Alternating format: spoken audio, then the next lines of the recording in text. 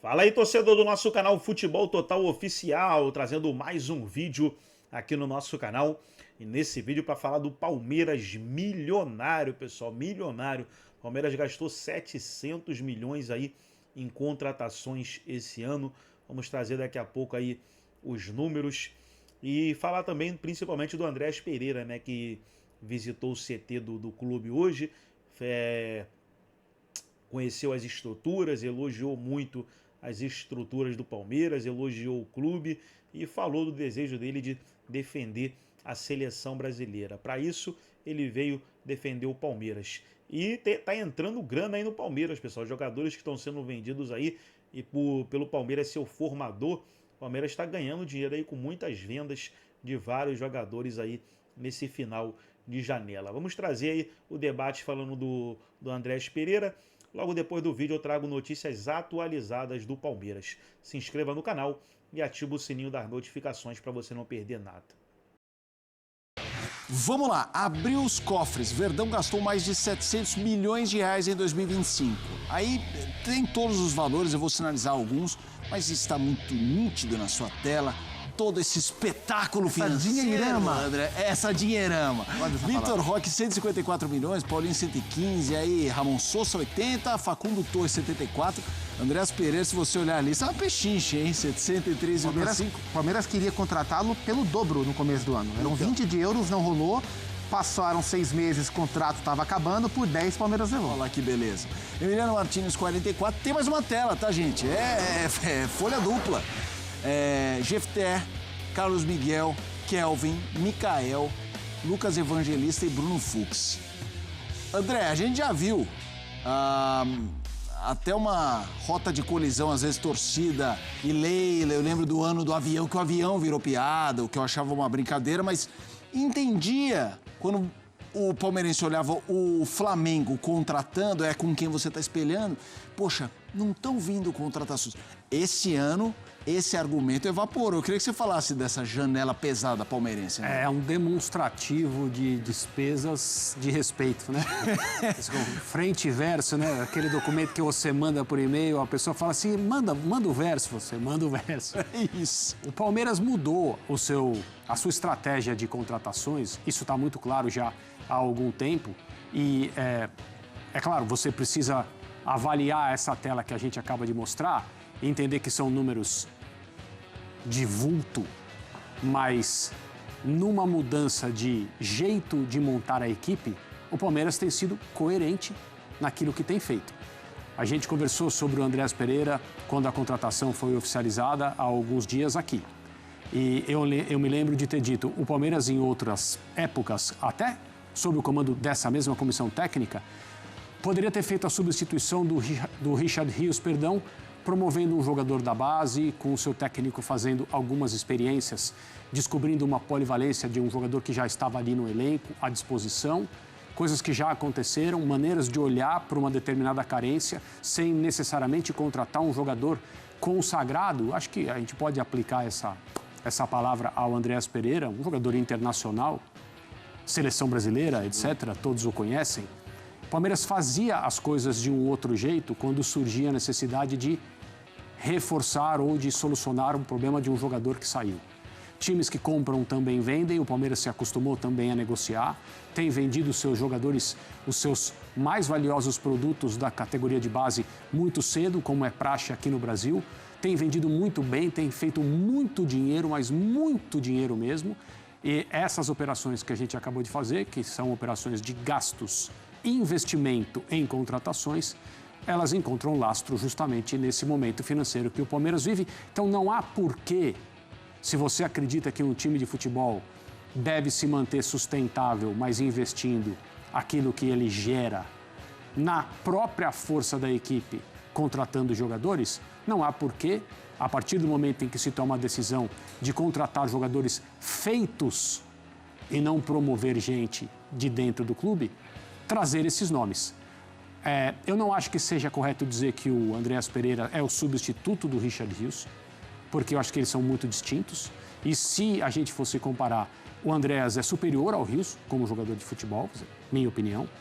Mas eu estou curioso para ver como o Abel vai utilizá-lo. Eu não tenho dúvida que ele chega para ser titular, um jogador dessa estatura não chega para compor o grupo, para ver o que acontece, quanto tempo vai demorar para se adaptar. Ele já esteve aqui durante muito tempo, acho que não haverá muito problema para isso nessa reentrada. Será titular, eu só quero ver como ele vai fazer a inserção do Andreas Pereira nesse time. Acho que o Andreas tem pelo menos 2 funções que ele pode realizar com muita tranquilidade no meio de campo. Vamos ver qual será a escolhida pelo Abel, primordialmente, né?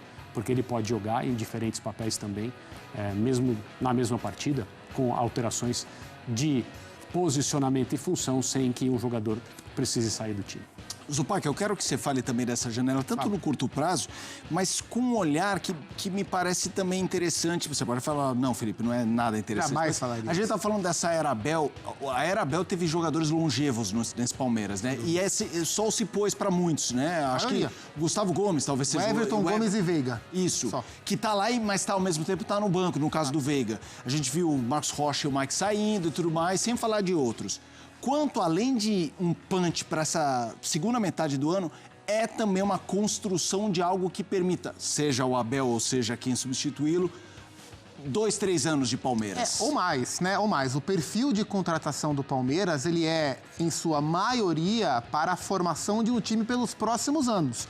Que é o que o Palmeiras fez anteriormente, até porque o time que foi desfeito agora, quem montou ele quase todo foi o Alexandre Matos lá atrás. Jogadores que o Matos contratou saíram agora. Zé Rafael, o Marcos Rocha, o Mike, o Dudu, enfim, e outros jogadores também, o Luan, que foi vendido, e outros. Além de alguns que chegaram também na era Barros, como o Rony, etc e tal. Mas o perfil de contratação do Palmeiras costuma ser de jogadores que, se derem certo, vão ali render durante 4, 5 anos no Palmeiras, até porque alguns deles demoram um pouco para engrenar. O maior exemplo, o Flaco Lopes demorou um pouco para engrenar, hoje é um dos jogadores mais regulares do Palmeiras na temporada. Existem exceções, o Paulinho é exceção, o Paulinho foi contratado para jogar agora, infelizmente está machucado. O Andreas é exceção, foi contratado para jogar agora. Felipe Anderson, que veio ano passado a custo zero, porque estava livre de contrato, também é exceção. Mas se pega um cara como o Maurício, por exemplo, embora o Maurício entregue agora, porque ele é muito bom jogador, mas é um cara para jogar por muito tempo.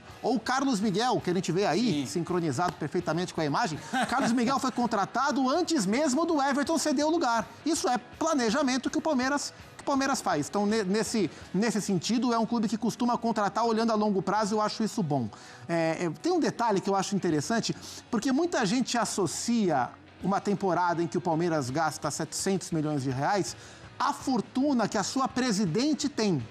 E são coisas distintas, tá? É o que quem comprou o avião foi a dona Leila, com o dinheiro dela, o avião é dela. Quem está contratando esses jogadores é o Palmeiras com o dinheiro dele.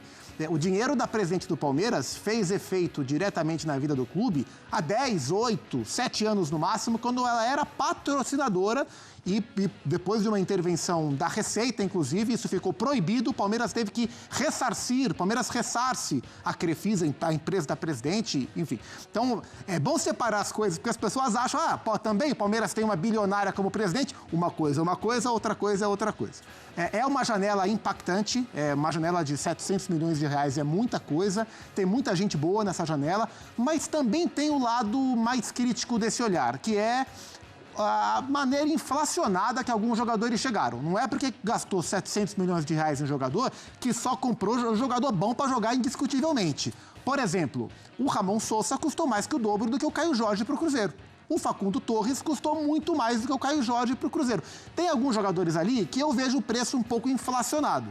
Mas, no geral, é uma janela de bons jogadores, alguns excelentes, no geral, bons jogadores, que, se forem bem trabalhados, vão dar uma base sólida para o Palmeiras no longo prazo. E a principal estrela, para mim, é o Vitor Roque, que vem crescendo bastante. Vamos ver como é que o Andreas vai encaixar e o Paulinho, especialmente, no ano que vem.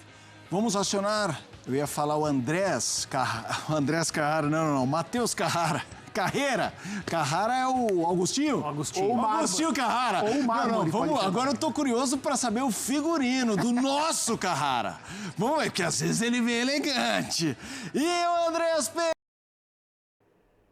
Então tá aí, pessoal, foi o vídeo onde os comentaristas debateram aí sobre o Andreas Pereira, que esteve hoje no CT, conhecendo as estruturas do clube, elogiou muito, falou do desejo de ir para a seleção.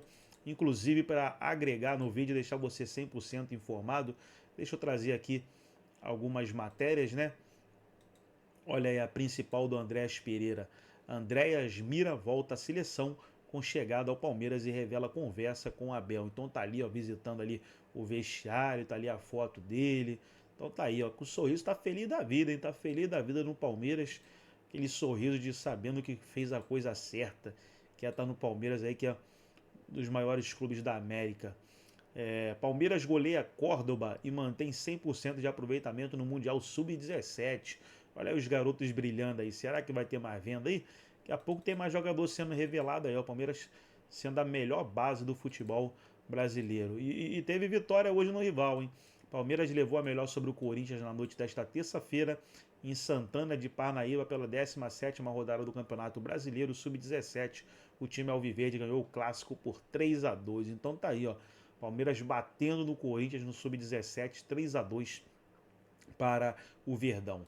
Essas foram as últimas notícias. Gostou do vídeo? Deixa o like, se inscreva no canal, ativa o sininho das notificações. Forte abraço a todos e até o nosso próximo vídeo aqui no nosso canal Futebol Total Oficial.